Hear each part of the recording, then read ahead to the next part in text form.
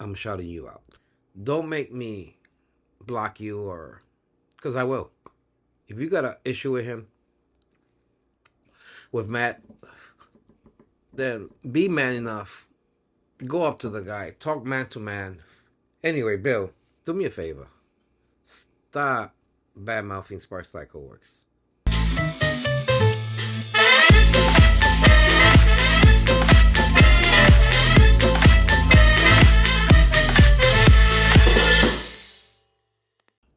Good evening, Ampheads. This is Richie Ramos reporting to you live from the Boogie Down Bronx at my homestead.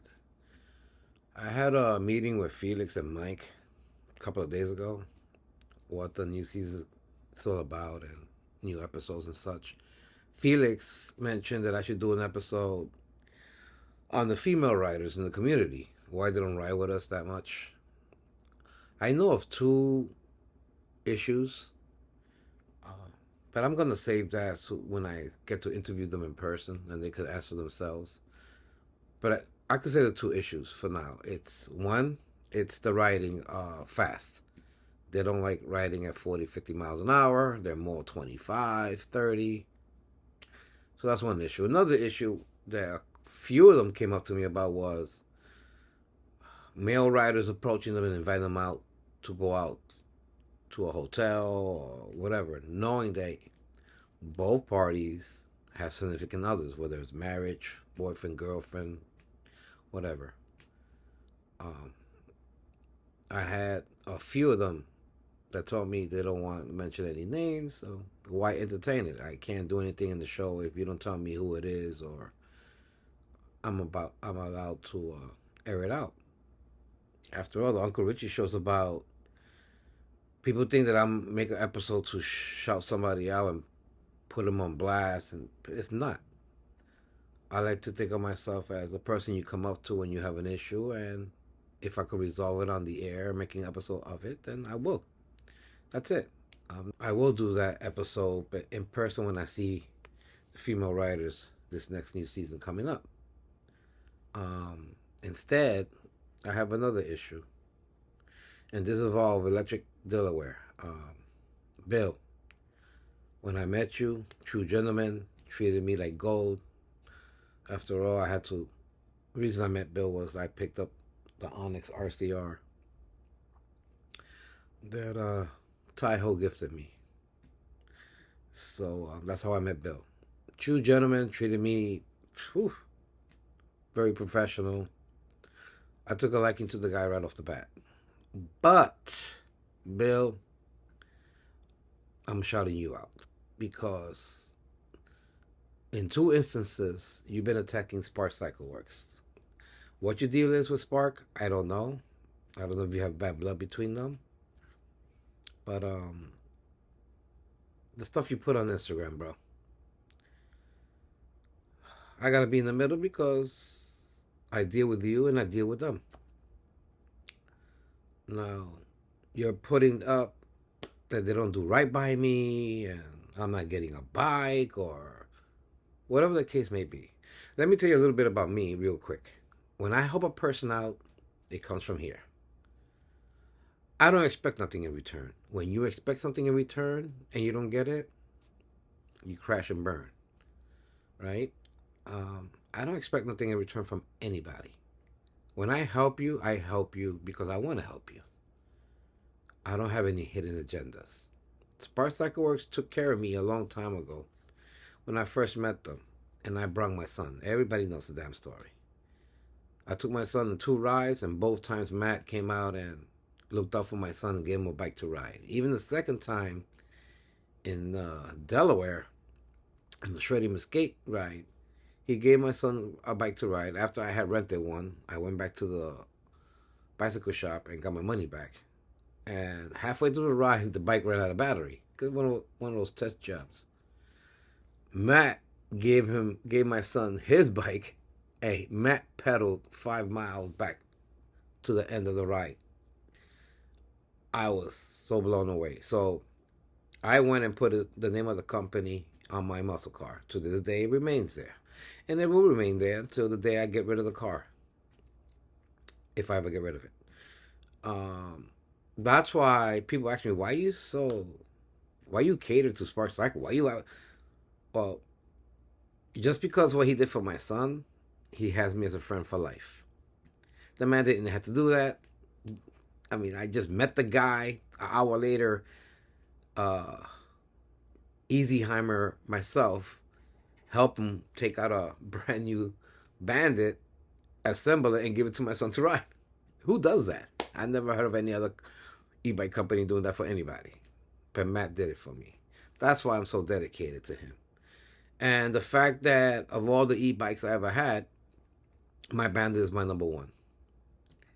Even with the RCR, I'm so grateful for that gift. Um, it will remain with me to the day I die. The day I die, it goes back to Taiho. Before the 72 volt the setup, I had no issues with that bike whatsoever. None. Zero. I should have left it the way it was. But Mike was going to go and upgrade his, so I decided to, hey, why not do the two most famous bandits in New York? Do the things together. So we both picked colors and we got the 72 set up. I wasn't happy with the build. Everybody knows that. I moved into a little apartment and I had issues bringing the bike in and out of the apartment. I mean, there's a fence right in front of my door that separates the house next to this house. So I had, oh my God, that bike is like 6 feet long, heavy. So I ended up selling it to Felix. But to this day, I miss that bike.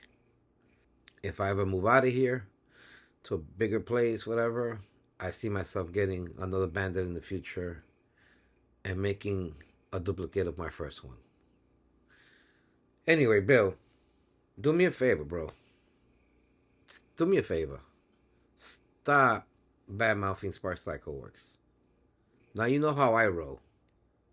I don't do things and I don't help people to get things in return. I don't care if the man ever gives me a bike or not. I don't care if I'm part of his test pilot or not program. All right, he wants to do it, do it. If he chose Mr. E to be the first one to receive it, I get it. It's a business decision. So I don't take offense to that. He sends me a bike, he does it. All right, whatever. Life goes on. I'm in this community because I love riding bikes. I like meeting new people. I like going new places. And that's it. That's my bottom line. This thing about making videos and the Hornet Bandit becoming in first place. I didn't sign up for none of that. Yeah, so I put a bit of vinyl wrap, painted the fenders, put some lights, and the Hornet Bandit was born. Anybody could do that. So, but I thank Mr. E. He made my bike famous through all his videos. A lot of people love that picture of it, and I, including myself. So thank you, Mr. E, for that. Felix made me famous as a individual, so I thank both of them, Felix and Johnny. But I never signed up for that. Anyway, Bill, I need you to do me a favor. Stop talking trash about Spark Cycleworks. They don't owe me anything. I promote them and I'm so close to them because I believe in their product. Their product, being the Bandit, never failed me. So I got to go up there with backup Mike and we built our bikes together and it was an experience. I didn't know nothing about e-bikes. The man, I called him up if I needed a part because I fucked up. He will send it to me next day air and it was there. Never charged me. All right. I was one of the first guys to receive the rear rack.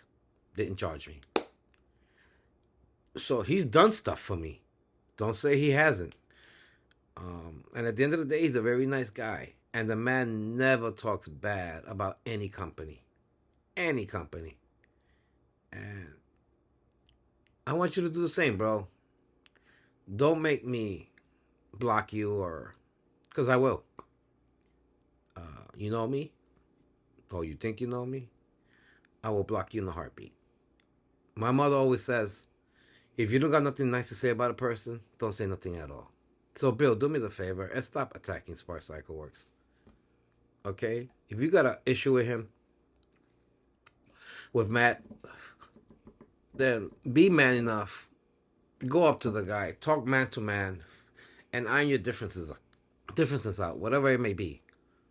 You know, but stop putting that on social media. You don't see the man talking bad about nobody on social media. You know, so do me the favor. You know, let's all get along, and that's it. You know, I looked at my Instagram. I mean, sometimes I think you got two personalities. I don't know what the deal is.